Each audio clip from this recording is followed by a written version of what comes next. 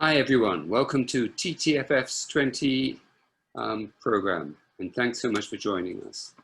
This year our full film program will be streamed online from September the 9th to the 15th with our new media exhibition installed at Medulla Art Gallery in Woodbrook, Port of Spain.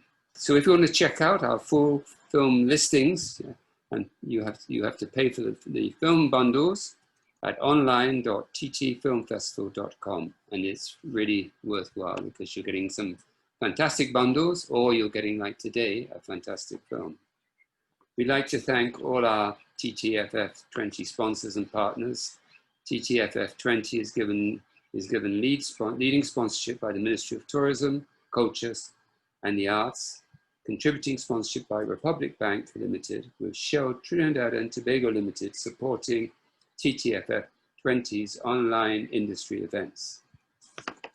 So I think we can start by saying hello to Héctor Valdez, the director of MALPASO. So tell us a little bit about Héctor Valdez and some of your highlights of your career, very briefly. All right, so I was born in Santo Domingo, the Dominican Republic. I have been a filmmaker for many years now. I started out very young while I was in high school making short films. And my first feature-length film was called Al Sur de la Inocencia, To the South of Innocence, which was a Yellow Robin nominee at the Curacao Film Festival a couple of years ago. Then I followed that up with Melocotones, which actually screened at the Trinidad and Tobago Film Festival in 2018. And this is my third feature, which is a little bit different from everything that I have done before. It's a project that comes from, it's inspired by my trips to the border ever since I was a child, and the impression I got from how different and how separated it was from the reality that we live in Santo Domingo. And I'm very honored to be here. I'm very excited to talk about the film. I think to really understand the film, you need to know something about the Haiti-DR conflict. Tell us a little bit about that, and why the border is so critical, and all the issues that are happening right now, or happening for the last few years. Well, I mean, the Haitian-Dominican border is always a sensitive subject, especially because of our history as an island that uniquely is shared by two countries. We got our independence actually from Haiti, so it is historically there has always been conflict. We've always had those tense and terse situations over the years throughout our history.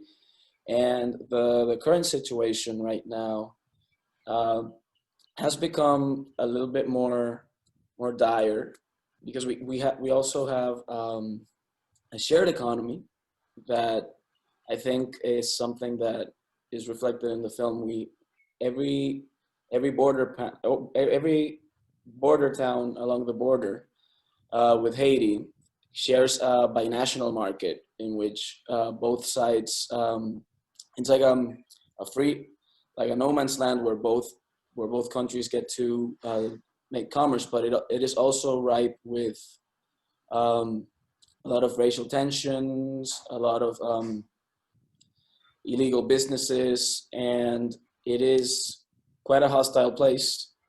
And also, we, as Caribbeans, especially in a country like mine, we also have this complex sense of identity in which, for example, the Dominican Republic, we tend to look at our Spanish heritage more, whereas the the Haitian side is more uprooted by the French colonists, and also by a more widely accepted African uh, ideology and culture. And sadly, that's one of the reasons why we as as both countries, we tend to have uh, a complex and conflictive situation. And there's also another particularly sore subject for the country is the subject of immigration. There's a vast amount of illegal immigrants in the Dominican side, and there's also the situation of the undocumented children of the illegal immigrants that grow up here in the Dominican side, and because their parents lack the proper documentation, they are unable to get elementary education here in the country, therefore contributing to a vicious cycle of poverty. How are you, tell us a little bit about Malpaso. Is it an actual town, or is it just a made up name? And how are you able to film amongst all this confusion? And it sounds like mayhem. Absolutely. Basically, Malpaso is the name of the marketplace where we shot the film at. It's at the border town of Jimani, which borders Malpas in Haiti. So the binational market is called Malpaso. And in order for us to succeed at filming at the location, because like you said, there's a lot of mayhem, we had to become a fixture of the marketplace and a fixture of the town. So, and we had to rely on becoming a part of the community. So what we basically did was that probably around a year prior to shooting the film, we would sporadically visit, study, and get to know the people. And that's that was key in us being able to capture the reality, because what happened was that the community became firsthand collaborators with us in the film. So we had, for example, many of the shops at the market, they were a part of the film, and we got to shoot with the actual store owners, with the actual people that visit the market every single day. And for us to be able to have like a symbiosis with the mayhem, what we did was that we had to study the ins and outs of the market. So we knew exactly when what the top hours of the market were, or the days where there was almost nobody, or the days where it was packed. And we used that to our advantage in the sense that we scheduled the shoot around how the market would be like based on our past experience. And one of the other techniques that we employed was actually a more documentary style approach to the scenes, in which the scenes that are set at the market. So basically, everyone was in on it at that point, but we wouldn't necessarily say when we were shooting. So that way we could block the scenes either when the market there was no one in the market, or someplace else, and then take the actors to the actual location, and just shoot around with 2 cameras, and not call action, so that we wouldn't call attention to ourselves. And that was basically one of the biggest techniques that we used for us to achieve that. I read somewhere that a number of the actors were not professional. Were that some of those, the boys in the gang and so on, were they professionals or they were from the community? Oh yes, many of the actors were.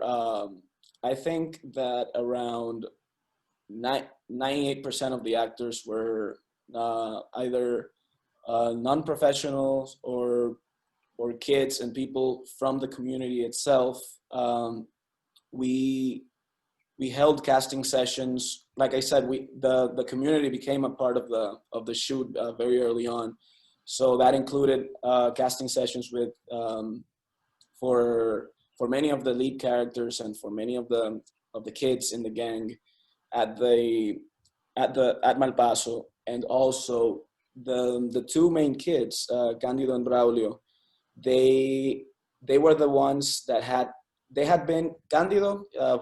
Had been Ariel, he plays Candido. He had been in a segment of a documentary 7 years prior to the film, when he was very, very young, about albinism in the Dominican Republic. That's after he was, to me, he was the first and most important casting choice that I had to make, because everything hinged on being able to find that character with the particularities of the character and the vulnerability that the role required. And that's how we found him. We found him in the town of Constanza, which is at the north of the island.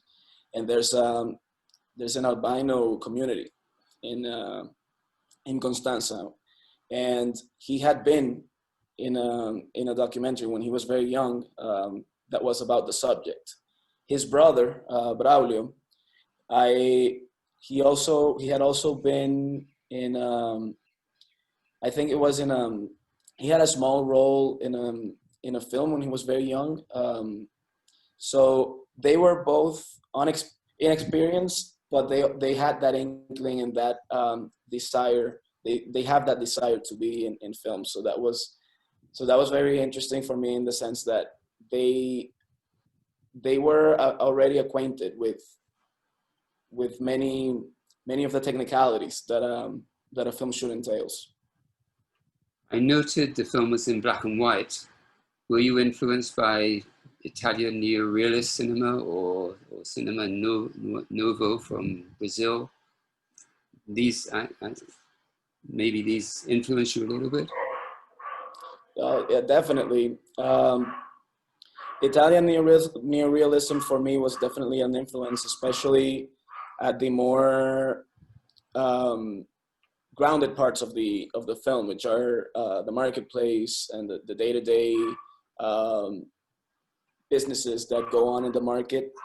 But I was also inspired by German expressionism for the more dreamlike parts, the more poetic scenes in the film.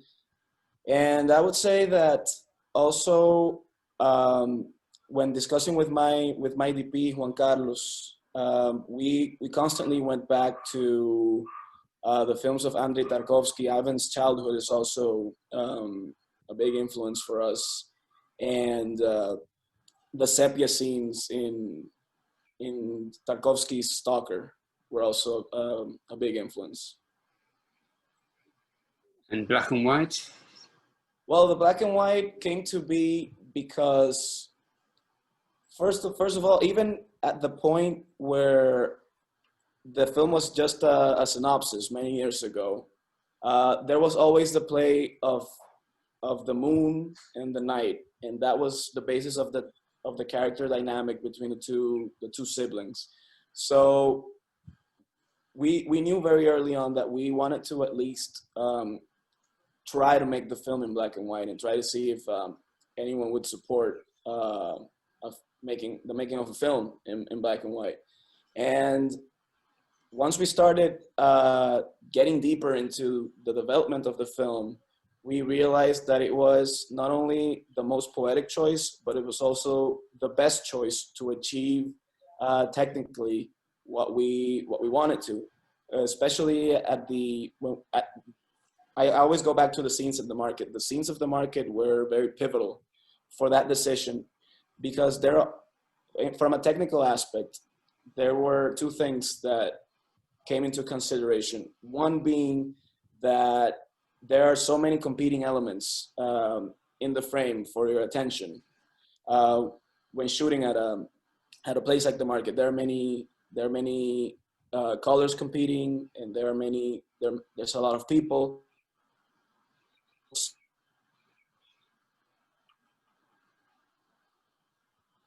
on where we wanted to focus them.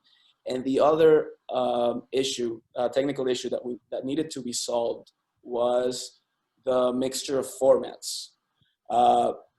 Like I said, we had to employ documentary style techniques in order to capture real reactions from the market. So we mixed two types of cameras. One being, we shot most of the film with an Arri Alexa. Most of the principal photography was done with that. But many of the key scenes, especially the ones where we wanted the most spontaneous reactions, were shot with a much smaller consumer level camera. That was the consumer grade Osmos, which is very, very small, and we could simply walk around with it in our hands, and it wouldn't call attention to ourselves. So from that perspective, black and white was also the way to go for us, because it let us really become flies on the wall when it came to capturing the scenes at the market. You have so many different themes and issues covered in the film. Which ones do you think were the most important or strongest? Definitely, I think identity is one of at least what I as a director, that's the one that I felt that I had the most intense connection with.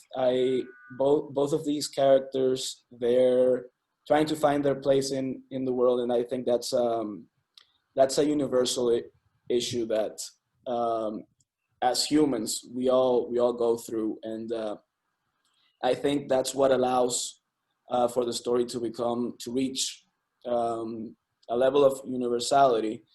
And I can relate so much to Candido, and he wants to, in a way, I think Candido was the key for me, because he's very vulnerable. He wants to, at the same time, because he's being sheltered, he doesn't know what the world is like. He doesn't know what to expect, and he has so many hopes and dreams that never come into fruition. And I think that also speaks to a much larger issue that we also present in the film, and it is the situation that I mentioned at the beginning of the undocumented children along the border. And it is that there's a lot of uncertainty. So many of them consider themselves, they have no particular roots with Haiti. They consider themselves Dominican because they are, and they were born on this soil, and they've lived through their entire lives on the Dominican side. Yet they are in this strange limbo where they cannot prove they are Dominican. They cannot get documentation, and they're in this zone. And I think that's one of the major issues that we as a society tackle with. And I think that's one of the catalysts for the cycle of poverty in places like the border and in the Dominican Republic. There the twins were so well defined in their acting and their movements, and especially the whole point about brotherly love. The Braulio would do anything to kind of look after his albino brother. I thought that was very, very touching. You have a voodoo element in the film. Was this character supposed to be portrayed in a positive light, or was there any negative aspects of the character? I mean, there's especially when we don't know much about voodoo or Haitian culture, there tends to be a negative stereotype. And what I wanted to do with the character was to play with those expectations a little bit and break that stereotype. It is, from the very beginning, it is the character in the marketplace, other than Braulio, that truly cares for Candido's well-being. She may have an ambiguous morality, and she does, because of the dream, selling him the fake dream, and at the same time the fake hopes. But she's also that one character that really defends him, that really understands. I think precisely because of the voodoo, understands the otherness of Candida, understands how when something is not very understood, which is something that also happens with the albino community in the Dominican Republic. They get ostracized and for a lack of understanding, and that same thing happens to voodoo religion. The less we know, the more demonized it gets, and the same thing happens to the albino population. They get there's so many misconceptions. In that same documentary where I saw Ariel plays Candido for the first time, one of the stories was particularly heartbreaking because there was this albino man who was abandoned by his father when he was born, because the father, since he didn't know about the condition, he couldn't grasp that the child was his. And that's something that is very common in these communities where there's little knowledge of why, but there's also a lot of superstitions regarding the albino community. And I think that's what I wanted to do with the character of Badria, who plays the witch, was to speak on that, but on a broader sense of the term. I think we have not very many minutes to go. So how has it been received, the film, especially in DR, in Haiti? Yeah, how is it received? How has it been received? It's going really well. The film had its theatrical release in the Dominican Republic back in March. It was the last film that was shown in theaters before the lockdown, and it garnered very, very good reviews. And also, we were just invited to participate in a film festival in Haiti. So that's very exciting because we've never shown the film there. And there's always there's a lot of I wouldn't say hype or expectations, but there's since the film's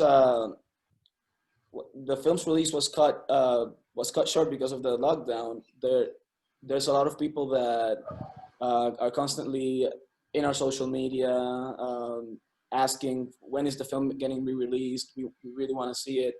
And just today, it was announced that the film will be the candidate for the Goyas in Spain for the Dominican Republic. So that's something we're celebrating. Has the government helped you with financing or with tax reliefs? Well, for the tax reliefs, yeah, we shot the film with the help of the Dominican film law, the tax bracket, and also I have to mention that the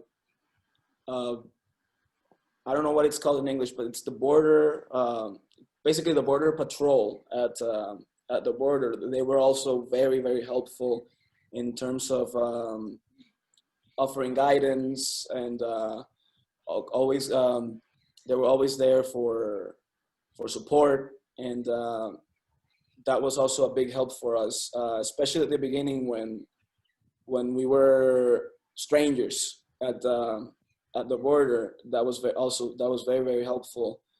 And the film itself, I think it's gaining traction. It's really defining what it's basically right now. It's at a point where it's defining its lifespan. So that's very exciting for me. And also were it not for the tax bracket, I don't think a film like this could have been made. And even if we had that tax bracket, it was difficult to convince investors that a film in black and white and about a subject that is so delicate for us could be made. So we went through many no's before we got a yes, and that was also very it was challenging, but it was very fulfilling for us when we were finally starting to shoot the film. It took I think it took from when we started to the fundraising, it took a little around 2 years to get it done, and 5 years to develop. Well, congratulations, and thanks for allowing us to show your film at TTFF. We were very privileged. The film is wonderful. Thank you very much. I hope people are gonna, even those who are listening to this interview, will be inspired to buy a bundle. So thanks very much. Thanks, Hector. Have a great film. Thank you very much.